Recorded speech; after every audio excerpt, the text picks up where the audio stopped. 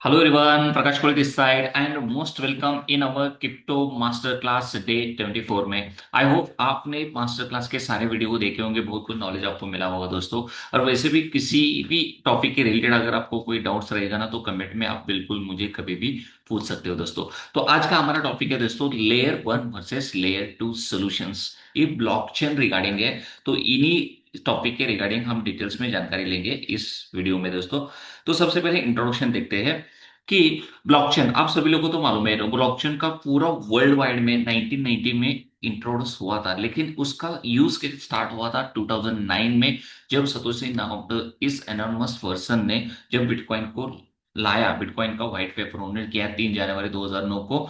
उन्होंने एक bitcoin mining first किया था, तब उनको रिक्वायरमेंट था ब्लॉकचेन का। तभी से पूरे वर्ल्ड में ज्यादा ज्यादा इंट्रोड्यूस हो गया ब्लॉकचेन का। ये जो ब्लॉकचेन नेटवर्क है ना दोस्तों, बहुत Kunal face challenges like scalability and high fees. मतलब इतना तो क्रिप्टो की दुनिया रन होने के लिए तो कंपलसरी हमें ब्लॉकचेन लगेगा, मतलब 100%। ओके। और लेकिन ये ब्लॉकचेन जो नेटवर्क है अभी पिछले 16-17 सालों से ना एक प्रॉब्लम्स को फेस कर रहा है, एक स्केलेबिलिटी का और उसी के साथ साथ एक हाई फीस का। स्केलेबल मतलब उसका कार्य करने का जो मतलब जो क्षमता होता है उसका, उसकी जो कैपेसिटी होती है उसका, उसी रिगार्डिंग मतलब उसकी जो कैपेसिटी है तो धीरे धीरे धीरे क्या हो रहा है, कम हो रहा है। और उसका हाई फीस भी है दोस्तों। क्यों कम हो रहा है? क्योंकि अडोप्शन ज्यादा हो रहा है, बहुत सारे लोग उसका यूज करना स्टार्ट कर चुके हैं, तो उसका ऊपर लोड बढ़ चुका है दोस्तों। इसी की वजह से उसका स्केलेबिलिटी और हाई फीस, ये दो प्रॉब्लम को अभी ज्यादा से ज्यादा फेस कर रहा है ब्लॉकचेन नेटवर्क। ओके। लेकिन इसी प्रॉब्लम को ब्लॉकचेन का इसी नेटवर्क का प्रॉब्लम को सोल्यूशन करने के लिए ना, तो उसको डिवाइड किया गया है एक लेयर वन और लेयर टू पार्ट में। तो लेयर वन क्या है, वो बेसिक रहेगा। ओके। और ये दोनों का लेयर वन और एंड उसी के साथ साथ लेयर टू, ये दोनों जो सोल्यूशन है ब्लॉकचेन नेटवर्क का प्रॉब्लम को रिजोल्यूशन देना। तो अगर ये दोनों सपोर्ट करेंगे तो ब्लॉकचेन नेटवर्क का स्पीड अच्छी तरह से बढ़ सकता है दोस्तों। इफिशियंसी लेवल भी उसका बढ़ सकता है, और उसी के साथ साथ आपके जैसे मेरे जैसे पूरे वर्ल्ड में जो अडॉप्शन कर रहे हैं लोग, ब्लॉकचेन यूज कर रहे हैं, तो उनको भी एक अच्छा खासा हेल्पफुल बन सकता है दोस्तों। तो सबसे पहले जानेंगे कि लेयर वन कंसेप्ट क्या है, लेयर वन सॉल्यूशंस कैसे ब्लॉकचेन को सपोर्ट करता है। तो बेसिक ब्लॉकचेन फॉर एग्जांपल जैसे देखो, बिटकॉइन खुद का ब्लॉकचेन है उनका, इथेरियम खुद का ब्लॉकचेन है, सोलोना उसका भी खुद का ब्लॉकचेन है। ब्लॉकचेन नेटवर्क उनका खुद ही का है, तो इसी को लेयर वन में कंसिडर कहा जाता है दोस्तों। ओके। कोई एक क्वाइन है और उसका वो ब्लॉकचेन नेटवर्क भी खुद का है, तो उसको हम सिंपली बोल देते हैं लेयर वन में ये ब्लॉकचेन को सपोर्ट करा है। मतलब लेयर वन एक पहला रहेगा। ओके। टाइप वन टू ऐसा भी कंसिडर कर सकते हैं। ओके।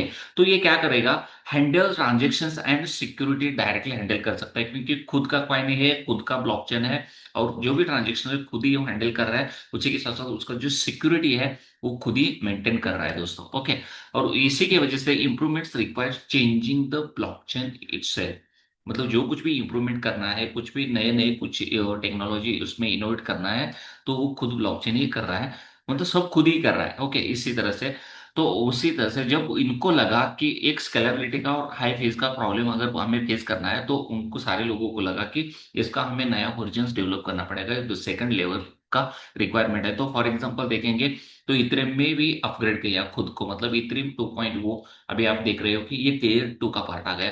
कार्डानो और सोलोना इन्होंने सारे लोगों ने डिसाइड किया कि भाई अभी हमारे ऊपर जो लोड है खुद का ब्लॉकचेन के ऊपर नेटवर्क का, तो उसका बढ़ रहा है बहुत। तो इसी की वजह से हमें सेकंड लेयर में एंट्री करना पड़ेगा, एक नया कुछ सपोर्ट हमें बनाना पड़ेगा, इसीलिए रिक्वायरमेंट पड़ा लेयर टू का। तो लेयर टू क्या है देखो, built on top of layer one.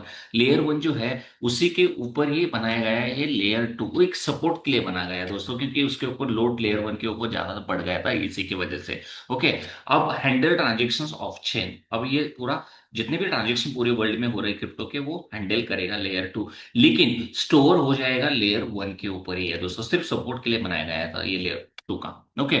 इसी वजह से क्या हो जाएगा, लेयर टू की वजह से ना जो भी फीस वगैरह लगने वाले वो बहुत कम लगेंगे, और उसी के साथ साथ जो कंजेक्शन है उसका लेवल वो भी रिड्यूस होगा दोस्तों। और उसी के साथ साथ लेयर वन के ऊपर भी सारा ट्रांजेक्शन स्टोर होने वाला है।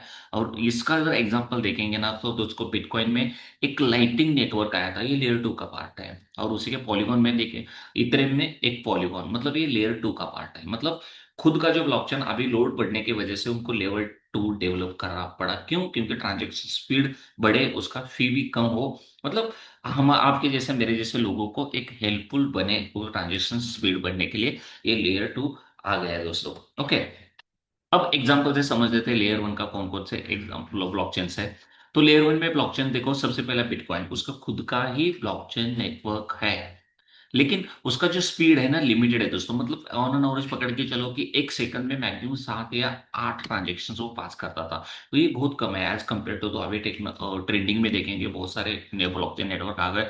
आप बिलीव नहीं करोगे, सेकंडों में हजारों ट्रांजेक्शन कर देते हैं। एज कंपेयर करेंगे ये बहुत कम था। ओके, इथेरियम का कंसिडर करेंगे तो इथेरियम में जो स्मार्ट कॉन्ट्रैक्ट था और उसका हाई फीस था। मतलब इथेरियम तो ज्यादा से ज्यादा सपोर्ट करता है स्मार्ट कॉन्ट्रैक्ट को, लेकिन उसका जो फीस है वो बहुत हाई था दोस्तों। सोलोना जो बनाया गया था वो स्मार्ट कॉन्ट्रैक्ट ब्लॉकचेन था, उसका हाई स्पीड ब्लॉकचेन है। सोलोनो को हाई स्पीड ब्लॉकचेन के लिए अभी माना गया है। अब सेकेंड लास्ट लास्ट वाला कार्डानो देखो। ये कार्डानो क्या कर रहा है दोस्तों, एक स्केलेबिलिटी लेवल और सस्टेनेबिलिटी बढ़ाने के ऊपर उसका पूरा फोकस रहता है। यही कुछ एक लेयर वन ब्लॉकचेन नेटवर्क के कुछ एग्जांपल है दोस्तों। अब देखेंगे example of layer two solutions कौन कौन से हैं। तो लाइटिंग नेटवर्क, जब बिटकॉइन का खुद का ब्लॉकचेन नेटवर्क था उसको सपोर्ट के लिए आ गया लाइटिंग नेटवर्क एक बिटकॉइन में। इन्होंने क्या किया, इंस्टेंट बिटकॉइन पेमेंट लाना चालू किया। मतलब सेकंड में 7 8 ट्रांजेक्शन होते थे, अभी सेकंड में डबल ट्रांजेक्शन होना स्टार्ट हो गए। पॉलीगॉन मैटिक इथेरियम के ऊपर आ गया दोस्तों।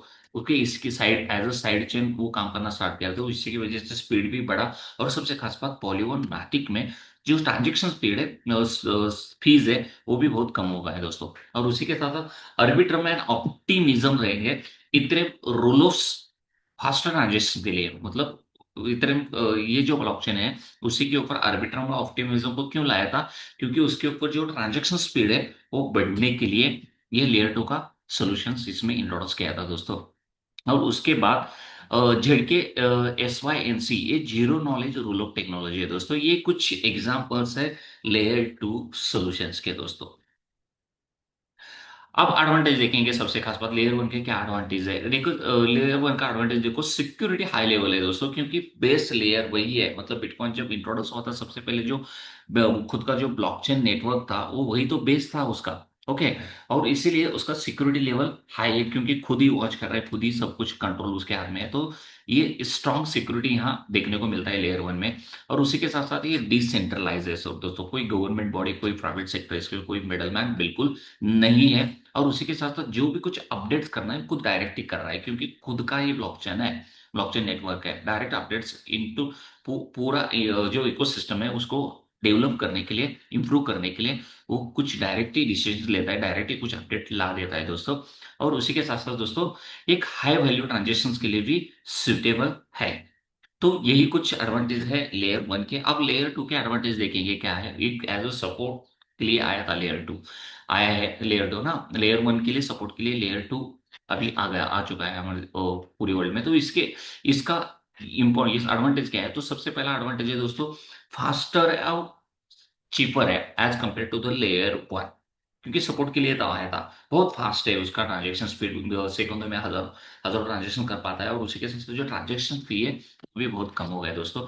और इसी की वजह से क्या होगा, लेयर वन का जो स्केलेबिलिटी लेवल है उसका हाई हो गया है दोस्तों, उसका परफॉर्मेंस लेवल बढ़ गया। मतलब एक लेयर वन को एक 100% सपोर्ट अगर कोई कर रहा है तो ये लेयर टू है दोस्तों सोल्यूशन।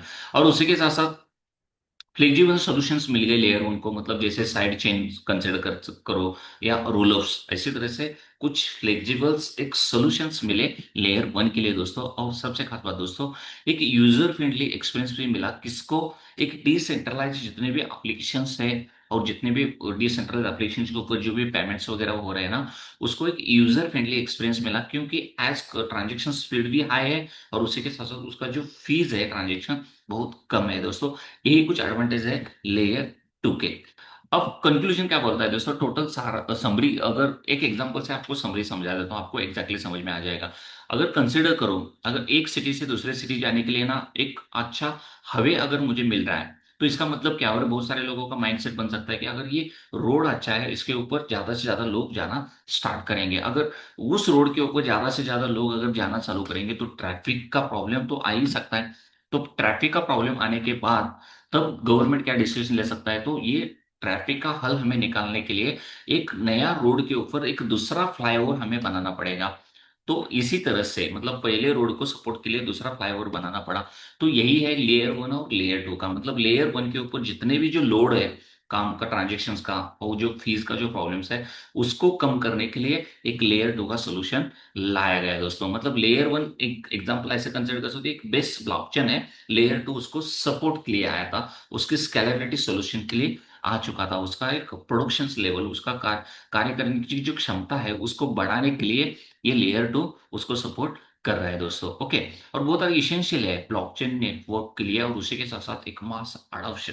और जितना ज्यादा इसका स्केलेबिलिटी बढ़े, जितना ज्यादा उसका मतलब ट्रांजेक्शन स्पीड बढ़ेगा, उसी के साथ जितना ज्यादा उसका फीस कम होगा, उतना ज्यादा अडोप्शन भी बढ़ेगा। बहुत सारे लोग आपके जैसे मेरे जैसे यूज करना भी उसको स्टार्ट करेंगे। मतलब कहने का यही मतलब है कि layer one layer two compulsory required है ब्लॉकचेन नेटवर्क के लिए, एक सस्टेनेबिलिटी के लिए और उसका स्केलेबिलिटी लेवल बढ़ाने के लिए दोस्तों। ओके।